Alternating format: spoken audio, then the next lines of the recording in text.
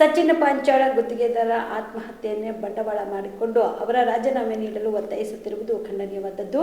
ಸಚಿನ್ ಪಾಂಚಾಳ ಆತ್ಮಹತ್ಯೆ ಪ್ರಕರಣ ಸಂಪೂರ್ಣವಾಗಿ ತನಿಖೆ ಆಗಲಿ ಎಂದು ಡಿಎಸ್ಎಸ್ ರಾಜ್ಯ ಸಂಚಾಲಕ ಮರ್ಯಪ್ಪ ಹಳ್ಳಿ ಆಗ್ರಹಿಸಿದರು. ಕಲಬುರಗಿಯ ಪತ್ರಿಕಾ ಭವನದಲ್ಲಿ ಕರೆದ ಸುದ್ದಿಗೋಷ್ಠಿಯನ್ನು ಉದ್ದೇಶಿಸಿ ಮಾತನಾಡಿದ ಅವರು, ಗುತ್ತಿಗೆದಾರ ಸಚಿನ್ ಪಾಂಚಾಳ ಆತ್ಮಹತ್ಯೆ ಪ್ರಕರಣಕ್ಕೆ ಸಂಬಂಧಿಸಿದಂತೆ ಸಚಿವ ಪ್ರಿಯಾಂಕ್ ಖರ್ಗೆ ಅವರೇ ಹೊಣೆಗಾರರು ಎನ್ನುವ ರೀತಿಯಲ್ಲಿ ಬಿಜೆಪಿ ಮತ್ತು ಕೋಮುವಾದಿ ಮನಸ್ಸುಳ್ಳವರು ಈ ರೀತಿ ಆಪಾದನೆ ಮಾಡುತ್ತಿರುವುದು ಎಷ್ಟರ ಮಟ್ಟಿಗೆ ಸರಿ ಮತ್ತು ಬಿಜೆಪಿಯವರು ಇಲ್ಲಿಯವರೆಗೆ ಎಷ್ಟೋ ಪ್ರಕರಣಗಳಲ್ಲಿ ನೇರವಾಗಿ ಹೊಣೆಗಾರರು ಇದ್ರೂ ಕೂಡ ಯಾರು ರಾಜೀನಾಮೆ ನೀಡಿಲ್ಲ. ಸಮಾಜದಲ್ಲಿ ವಿಷಬೀಜ ಬಿತ್ತುವ ವಾತಾವರಣ ನಿರ್ಮಾಣವಾಗಿದ್ದು ಜನರ ಅಶಾಂತಿಗೆ ಎಡೆ ಮಾಡಿಕೊಡುತ್ತಿದೆ. ರಾಜ್ಯದಲ್ಲಿ ನಡೆಸುತ್ತಿರುವ ಬಿಜೆಪಿ ಮುಖಂಡರ ವರ್ತನೆಯನ್ನು ಉಗ್ರವಾಗಿ ಖಂಡಿಸಿ ಇದೇ ರೀತಿ ಮುಂದುವರೆದ್ರೆ ವಿವಿಧ ಹಂತದಲ್ಲಿ ಹೋರಾಟ ಮಾಡಬೇಕಾಗುತ್ತದೆ ಎಂದು ಎಚ್ಚರಿಕೆ ನೀಡಿದರು. ಮೊದಲಿಗೆ ಸಚಿನ್ ಪಾಂಚಾಳ ಅವರ ಕುಟುಂಬಕ್ಕೆ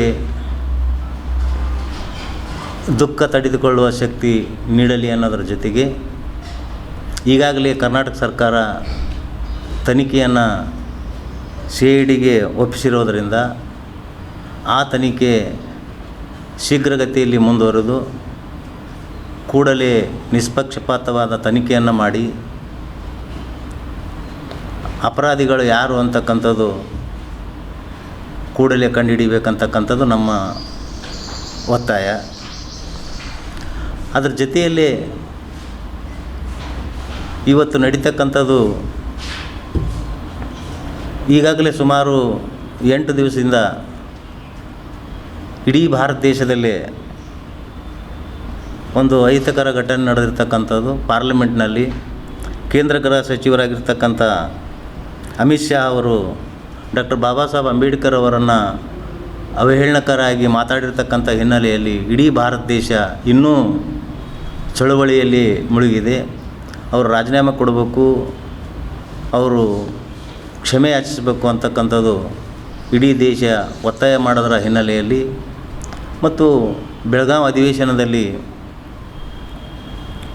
ಲಕ್ಷ್ಮೀ ಹೆಬ್ಬಾಳ್ಕರ್ ಅವರ ಬಗ್ಗೆ CT ರವಿ ಅವರು ಅವಹೇಳನಕರಾಗಿ ಮಾತಾಡಿರ್ತಕ್ಕಂಥದ್ದು ಮತ್ತು ಯಡಿಯೂರಪ್ಪನವರ ಪೋಸ್ಕೋ ಕೇಸಿನ ಬಗ್ಗೆ ಕರ್ನಾಟಕದಲ್ಲಿ ಚರ್ಚೆ ನಡೀತಕ್ಕಂಥದ್ದು, ಇವೆಲ್ಲ ಹಿನ್ನೆಲೆಗಳನ್ನು ನೋಡಿದಾಗ ಈಗಿರ್ತಕ್ಕಂಥ ವಿರೋಧ ಪಕ್ಷ, ಕರ್ನಾಟಕದಲ್ಲಿರ್ತಕ್ಕಂಥ ವಿರೋಧ ಪಕ್ಷದವರು ಈ ಪ್ರಕರಣಗಳು ದೇಶದಲ್ಲಿ ಭಾಳ ದೊಡ್ಡ ಪ್ರಮಾಣದಲ್ಲಿ ನಡೀತಕ್ಕಂಥ ಹಿನ್ನೆಲೆಯಲ್ಲಿ ಈ ಪ್ರಕರಣಗಳು ತಣ್ಣಗಾಗಬೇಕು ಅನ್ನೋ ಕಾರಣಕ್ಕಾಗಿ ಸಚಿನ್ ಪಾಂಚಾಳ ಅಂತಕ್ಕಂಥ ಗುತ್ತೇದಾರರವ್ರನ್ನ ಇಸುವನ್ನು ಹಿಡಿದುಕೊಂಡು ವಿನಾಕಾರಣ ಪ್ರಿಯಾಂಕ್ ಅವರ ವಿರುದ್ಧ ತಿರುಗಿ ಬಿದ್ದಿರ್ತಕ್ಕಂಥದ್ದು, ಆ ಇಸುಗಳನ್ನು ಮರೆಮಾಚೋ ಸಲುವಾಗಿ ಅಂತಕ್ಕಂಥದ್ದು ನಾವು ದಲಿತ ಸಂಘರ್ಷ ಸಮಿತಿದವರು ಕಂಡುಕೊಂಡೀವಿ. ಅದರ ಹಿನ್ನೆಲೆಯಲ್ಲಿ ಕರ್ನಾಟಕದಲ್ಲಿ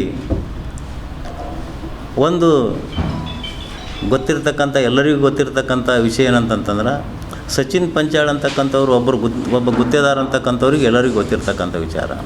ಅದರ ಹಿನ್ನೆಲೆಯಲ್ಲೇ ರಾಜ್ಕುಮಾರ್ ಕಪ್ನೂರ್ ಅವರು ತಮ್ಮ ಮೊನ್ನೆ ಒಂದು ವೋಚರನ್ನು ಬಿಡುಗಡೆ ಮಾಡಿ 58,000 ರೂಪಾಯಿ ನಾವು ಅವ್ರಿಗೆ ಕೊಟ್ಟಿದ್ದೀವಿ ಅಂತಕ್ಕಂಥ 58 ಲಕ್ಷ ರೂಪಾಯಿ ನಾವು ಅವ್ರಿಗೆ ವರ್ಗಾವಣೆ ಮಾಡಿದ್ದೀವಿ. ಅದು ನಮ್ಮದು ಅವ್ರದ್ದು ವ್ಯವಹಾರ, ನಾವು ಗುತ್ತಿಗೆ ಹಿಡಿಲಿಕ್ಕೆ ಅವರಿಗೆ ನಮಗೆ ಸಂಬಂಧ ಇತ್ತು ಅಂತಕ್ಕಂಥದ್ದು ಸ್ವತಃ ಅವರೇ ಹೇಳಿಕೆಯನ್ನು ಕೊಟ್ಟಿರ್ತಕ್ಕಂಥದ್ದು. ಅದು ಸಚಿನ್ ಪಾಂಚಾಳ, ರಾಜು ಕಪ್ನೂರ ಅವ್ರ ತಮ್ಮ ಅವ್ರದ್ದು ವೈಯಕ್ತಿಕವಾದ ವ್ಯವಹಾರಗಳು ಅಂತಕ್ಕಂಥದ್ದು ನಾವು ಕಂಡುಕೊಂಡಿದ್ದೀವಿ.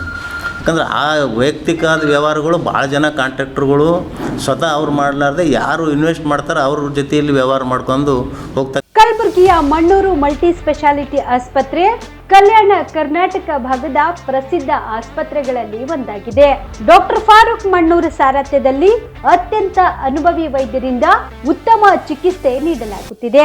ಮಣ್ಣೂರು ಮಲ್ಟಿ ಸ್ಪೆಷಾಲಿಟಿ ಆಸ್ಪತ್ರೆಯಲ್ಲಿ ಸಿಗುವ ಚಿಕಿತ್ಸೆಗಳು: general surgery, laparoscopy surgery, neuro surgery, orthopaedic surgery, plastic surgery, gastro surgery, aqua surgery, gynaecology surgery, general medicine, paediatric, neuro surgery, cardiology, haematology, endocrinology, ENT ಮತ್ತು ophthal, general physician, gynaecology, paediatric, family medicine, urology, nephrology, radiology, dialysis, advance ICU ಮತ್ತು advance OT setup, ಅತ್ಯಾಧುನಿಕ ಸೌಲಭ್ಯವುಳ್ಳ ಕ್ಯಾಸುಲಿಟಿ, ದಿನದ 24 ಗಂಟೆ emergency trauma centre.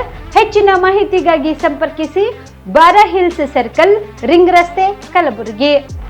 Phone number 9538786108.